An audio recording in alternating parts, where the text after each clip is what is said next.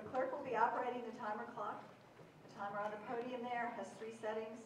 The timer will run 1 minute on green, and at 30 seconds will turn yellow, and then you are to wrap up when it turns red at 2 minutes. Please adhere to the time limit so that we may hear all of your voices tonight. Yes, my name is David Wagner. I live on Beachunk Road in Keswick. I thank you for the opportunity to speak to you tonight. I, myself, am a product of Albemarle County Public Schools. I started out at the old Rose Hill Elementary School, which is no longer with us in that same form, and finished up at Albemarle High School. Nearly 30 years later, I have 4 children in county public schools. 1 at Stone Robinson, 2 at Burley, and 1 at Monticello. A vibrant county needs a vibrant economy. A vibrant economy needs people. People to start and operate businesses, and people to be customers of those businesses. What attracts people to come to a county and to stay in that county? I'll tell you why I came back. When I left for college in another state, I had no intention of returning to Charlottesville and Albemarle.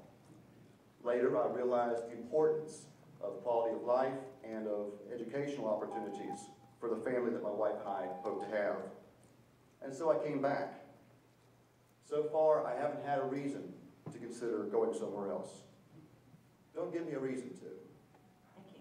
We cannot cost cut our way to success, and I ask you to protect our county by protecting our public education. Thank you.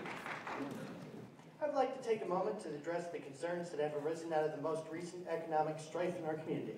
It has come to the attention of the public that the Albemarle County school system is facing a budgetary shortfall.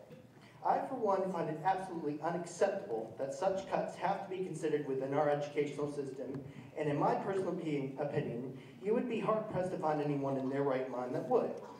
It is my belief that our educational system, being critical to the future of our community, that I ask the Board of Supervisors to consider an increase in the real estate tax. It is because the state government has decided to adopt a fiscal policy that cripples the abilities of our communities that I find the need to make this hard request. I am simply appalled by the fact that our local municipalities have to pay the price for a state administration that is not willing to do what is necessary to ensure the best possible outcome for our children. In conclusion, I would also like to remind the Board of Supervisors that this is the time to show that they are willing to stand and deliver where the empty seats in Richmond have failed.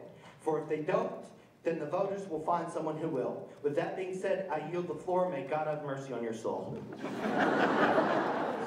We're all one community, and we want you to work together instead of fighting. When my kids were little and they started to get into a fight, we would lock them out of the house and tell them to let us know when they had a plan for how they were going to get along.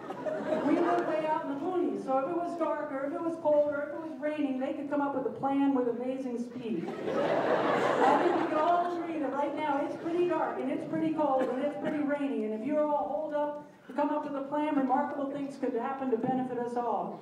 These massive cuts are not your fault. The state, the economy certainly had a hand in the problem.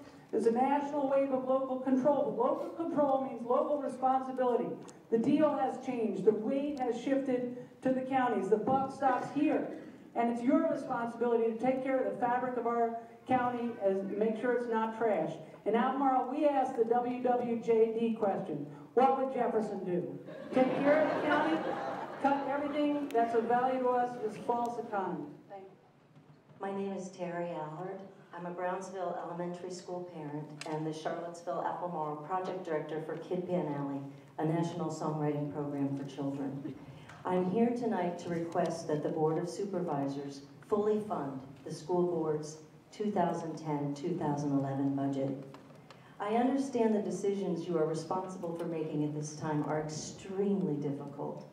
A simple fact, though, is this: the children of our community are the future of our community. They will be our teachers, our lawmakers, and our leaders. Therefore, isn't their education one of our best and most important investments as a community? If we overcrowd and understaff our classrooms, are we investing in our community?